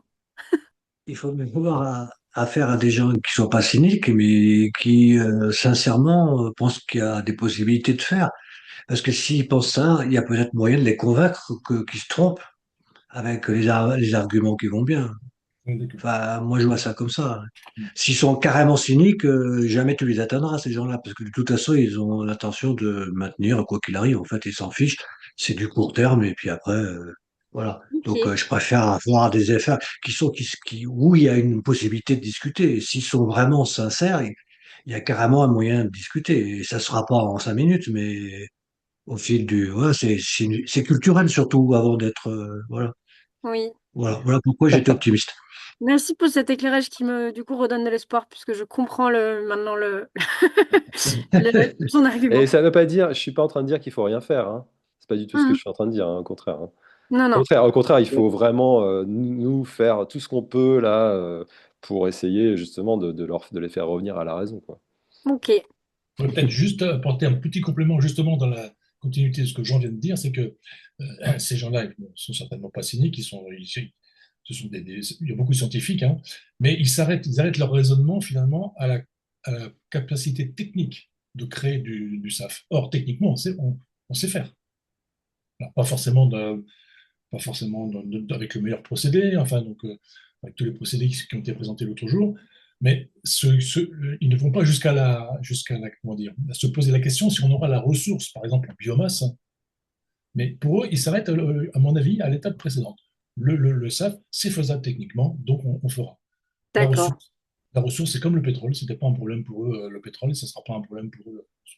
Je vois que ça comme explication, on va dire, un peu rationnelle par rapport à tous ces cerveaux qui dirigent ces entreprises et qui, normalement, devraient se poser les vraies questions. Oui, mais c'est quand même fascinant de voir. Enfin, moi aussi, j'ai une formation scientifique et pour le coup, je comprends pas qu'on puisse imaginer qu'une croissance infinie soit possible dans un monde fini. C'est Enfin, rien que ça. il y a quand même un dogme là derrière. Et du coup, comment est-ce que ça se fait que ils adhèrent à ce point à ce dogme sans le remettre en cause? Ça me paraît délirant. Anthony, Non, juste pour terminer, j'allais dire, la toile de fond, je pense qu'il faut garder en tête qu'ils ont, c'est euh, le transport aérien, c'est pas si problématique que ça par rapport au climat. Voilà. C'est 2,5% des émissions de CO2. Voilà. C'est ça, en fait, c'est ça la toile de fond, je pense, qu'ils ont en tête et la matrice qu'ils ont dans la tête. Donc, bon, et même s'il y a peut-être, même si, peut-être s'ils se disent il n'y a pas assez de SAF, bon, bah, on va continuer avec le pétrole. Et puis, bon, de toute façon, c'est pas si polluant que ça.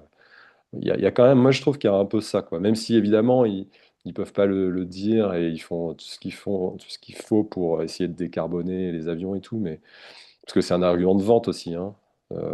Maintenant c'est dans le monde dans l'aéronautique d'aujourd'hui, c'est inaudible de pas faire tout ce qu'ils font, quoi, et de pas acheter des avions qui consomment moins. Et ça ça serait du négatif, je sais pas comment on dit, mais vous voyez ce que je veux dire.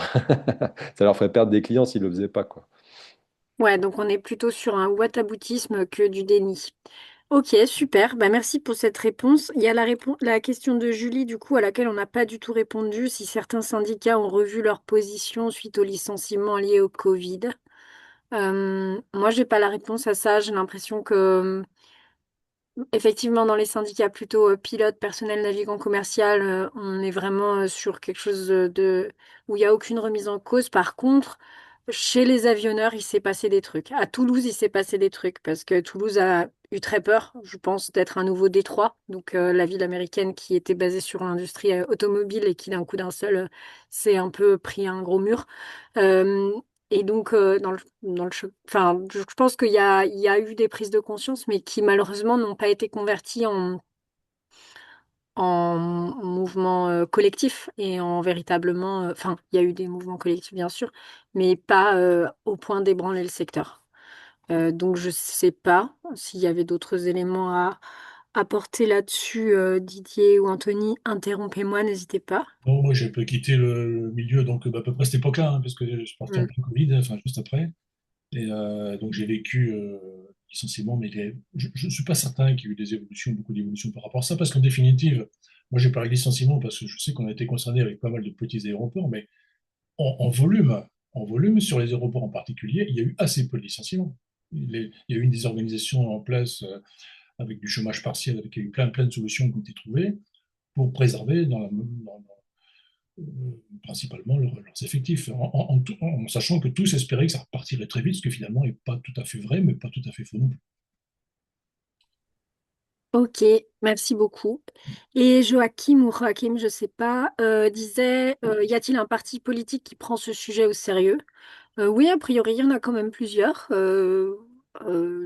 Enfin, les partis de gauche, réellement de gauche en général. Enfin, entre ELV et la France Insoumise, on a eu plusieurs députés qui ont pu soutenir des propositions en faveur de la réduction du trafic aérien ou de l'interdiction d'un certain nombre de vols. Il y a eu notamment une proposition qui avait été portée en 2023 dans la niche parlementaire de ELV pour interdire les vols de jet privé en France. Bien évidemment, elle n'a pas abouti puisque l'ensemble de la droite et de l'extrême droite n'a pas voté pour. Et la Macronie, enfin tout le monde quoi. Euh, voilà. Mais après, sur la question de la transition, je pense pas à l'heure actuelle avoir vu des choses très sérieuses qui s'orientent vers ce plan pour lequel il faut avoir des épaules très larges dont on parle. Donc ouais. Euh, Et Claire nous dit, ils sont déconnectés, il faudrait leur montrer les conséquences réelles. Ah, on peut organiser un... On a des pilotes dans la salle, donc on peut organiser un tour. Et tu sais, j'ai- j'ai- quand j'étais pendant le Covid, pendant un des confinements du Covid où on volait pas, euh, notre encadrement des pilotes a organisé pour tous les pilotes d'Air France une sorte de fresque du climat, mais faite par un météorologue, donc enfin une sorte de conférence de Jean Covici spéciale pour les pilotes, avec tous les graphes, avec toutes les courbes qui montent et tout. Enfin, vraiment, on se serait cru chez Jean Covici. Donc, voilà. Je ne sais pas si la direction a regardé cette conférence. Les, tous les pilotes sont au courant, en tout cas, des conséquences réelles. Dans la série anecdote, enfin, si on veut, tu parlais tout à l'heure, Charlène, du premier rapport qui a été publié par Aérodécarbo et Chic Project, c'était il y a 5 ans, quasiment jour pour jour, donc pouvoir voler en 2050. Et je me souviens, j'étais encore en poste à ce moment-là, il me restait quelques mois à tirer, et j'étais en réunion, en visio à l'époque aussi, parce qu'on était encore après Covid, avec les membres du conseil d'administration de l'UAF. Et je leur dis, écoutez, il va se passer quelque chose d'intéressant dans quelques jours. Il va y avoir la restitution d'un rapport qui est fait par le Chief Project Aérodécarbo concernant la vision de l'aéronautique, enfin du transport aérien en 2050. Alors, était quand même une vingtaine dans ce conseil d'administration à l'époque. On a été deux à regarder et à pouvoir échanger a posteriori sur le rapport, parce qu'en définitive, c'est même pas que les gens n'avaient pas le temps, simplement, ça ne les a pas intéressés. Ils n'ont pas accroché et ils n'ont même pas, comment dire, souhaité avoir un avis, parce que c'était simplement qu'un avis, ce n'est qu'un rapport et tout ce que ça représente de choses. Mais voilà, il n'y avait pas la volonté. Je suis à peu près persuadé que le dernier rapport qui a été restitué il y a quelques jours est tombé à peu près dans les mêmes tiroirs, malheureusement. Bah mince, parce que je pense que c'était l'un des objectifs de ce rapport, de parler au secteur. Et Mais bah, maintenant, il va falloir qu'on aille le porter. Enfin, je sais ouais, pas comment, maintenant il mais faut le porter. maintenant, il existe ce rapport, c'est déjà énorme. En plus, la vidéo est pas mal faite du tout, d'ailleurs. Voilà, donc il faut qu'on aille le porter. Ok. Est-ce qu'il y a d'autres questions? Bah non, j'ai l'impression qu'on a fait le tour. Donc, les infos pour la suite. La semaine prochaine, on se revoit pour parler de réduction du trafic aérien au sein des entreprises. Donc, cette fois, plus les entreprises directement concernées du secteur, mais n'importe quelle entreprise ou association ou organisation. Ça peut être les Scouts de France ou Décathlon. Comment est-ce que elle réduit son recours aux déplacements de type professionnel? Et ça, c'est assez intéressant parce qu'on peut se mettre enfin, quel que soit votre métier, vous pouvez militer au sein de votre organisation pour qu'elle se donne des métriques et qu'elle essaye de moins recourir à l'avion ou en tout cas moins systématiquement ou pour des choses qui le nécessitent vraiment. Donc ça, c'est la semaine prochaine et la semaine suivante, eh bien, on parlera de comment transmettre toutes ces formations-là et ces contenus-là. Donc, éventuellement, d'aller parler aux salariés du secteur, mais aussi, eh bien, je sais pas moi, à des écoles d'ingénieurs, à bah, votre famille, vos amis, enfin, tous les cercles sociaux dans lesquels on peut faire planter des graines pour faire germer ces idées-là. Je vous remercie d'avoir été là ce soir et je coupe l'enregistrement pour celles et ceux qui ont envie de me poser des questions hors caméra. Un instant. Hop.